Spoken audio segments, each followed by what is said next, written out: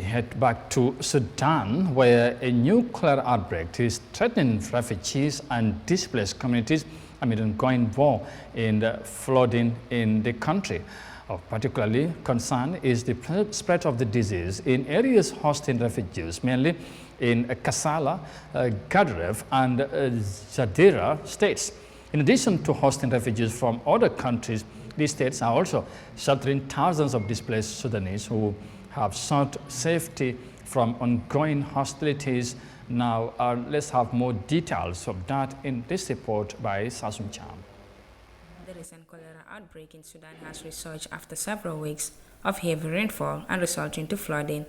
The risks are compounded by the continued conflict and dire humanitarian conditions, including overcrowding in camps and gathering sites hosting refugees and those displaced by war. Medical supplies are limited as well as health workers, in addition to the spread of cholera. Increasing cases of waterborne diseases, including malaria and diarrhea, are also being reported. Constraints in humanitarian access are also impacting response effort. Violence, insecurity, and persistent rainfall are hampering the transportation of humanitarian aid in White Nile, Darfur, and Kordofan states, where more than 7.4 million refugees are internally displaced Sudanese. Access challenges have delayed the deliverance of critical medicines and relief supplies. In partnership with the Health Ministry, the World Health Organization, and partners, United Nations HCR is scaling up cholera prevention and response effort. The United Nations agency is also working with health partners in affected locations to strengthen surveillance, early warning systems, and contact tracing. Commenting on the prevailing situation,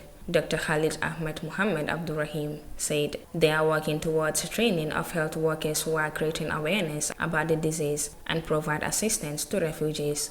Doses that were already in the country. So the vaccination in Kassala state concluded yesterday. We were aiming to reach the 97% of the target population.